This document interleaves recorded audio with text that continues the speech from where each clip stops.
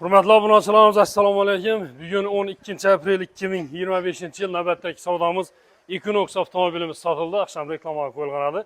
2021-yilda ishlab chiqarilgan 72 ming kilometr yurgan, kraskasi toza. Bahosini necha so'mga berdik shunda? 300 million so'mga berildi. Tabriklaymiz. Rozimisiz? Savdo davomida qo'polchilik bo'lmadimi? Yo'q. Yana yetib muattim borib kallarni shamolatga kechib ekanda. Ha, bo'ladi, yaxshi. Rozimiz savdodan? To'ylarimining yaxshi kunlarining izi bundan ham kattayaversin. Hamisha yaxshi kunlaringizda xizmat etsin xonadoningizga. Salomat bo'ling. To'ylarimining. Yo'q, bunda olgan kunimi? Bunda olgan kunmi? Ha, esa yana bir marta tabriklaymiz. Doğulgan günler uchun ofisimiz nomidan 500 ming so'm sizga podarka bor.